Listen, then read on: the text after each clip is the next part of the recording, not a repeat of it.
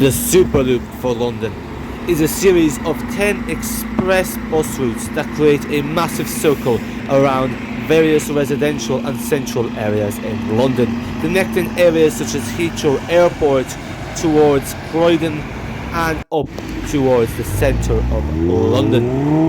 Now, what exactly is the reason for the Superloop and how exactly does it work? Well, in this video we're going to be explaining the London Superloop and giving you a brief overview of one of the new routes, the SL7, which was formerly the X26. The Superloop has a branding such as this map here, which connects various London boroughs. The purpose of the Superloop is to provide increased and enhanced bus capacity and services to areas affected through the ULEZ expansion of Phase 3, which will include ULEZ to all of London. Originally, the 607 became the SL8, followed by the X68 becoming the SL6, X26 becoming the SL7, and most recently the X140 becoming the SL9. The Superloop also has branded bus stops, with bus stops being served by the Superloop having these Superloop signs as can be seen here. The Superloop also has branded buses which show the key stops that these buses serve. A lot of attention has been paid to the marketing of the Superloop, making sure that customers know that the Superloop is not just any bus, but is part of a limited stop express bus service, with the media going as far as to say that the Superloop will be what the London Overground was to Zone 2. Naturally, this seems like quite an exaggeration considering a bus does not have the same reliability, punctuality or capacity that a train has. The Superloop routes are also highlighted in red on bus stops, so it is clear that they are part of the Superloop network. The interior of the Superloop buses is the same as any other London bus. The only difference is that inside the display it now says SL, and that is essentially the main difference. We now take a quick look around the Hatton Cross area as we ride aboard the upper deck of the SL7, which was formerly the X26. Take a brief look at this bus route and you'll notice that it's very similar to what it was before. One of the things about the Superloop is that while it is a limited stop bus service, many areas within London have 20 miles per hour speed limits, which does mean that the speeds on the Superloop can sometimes be quite slow. We will nonetheless come back in about 4 minutes and talk a bit more about the Superloop after taking a brief look at the SL7.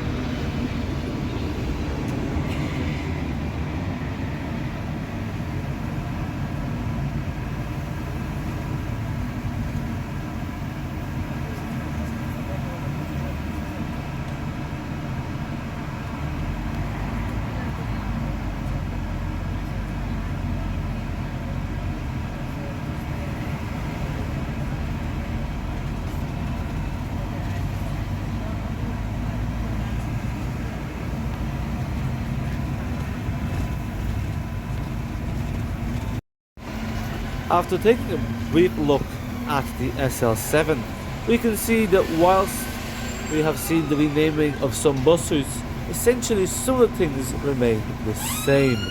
The routes are still excessively long and slow and just do not offer the same speeds that a car and overground and underground or rail transport offers.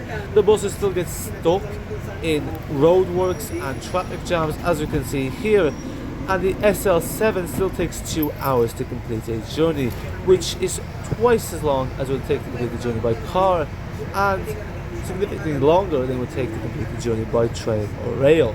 So even though it is only £1.75, it still just isn't the same as the other modes available.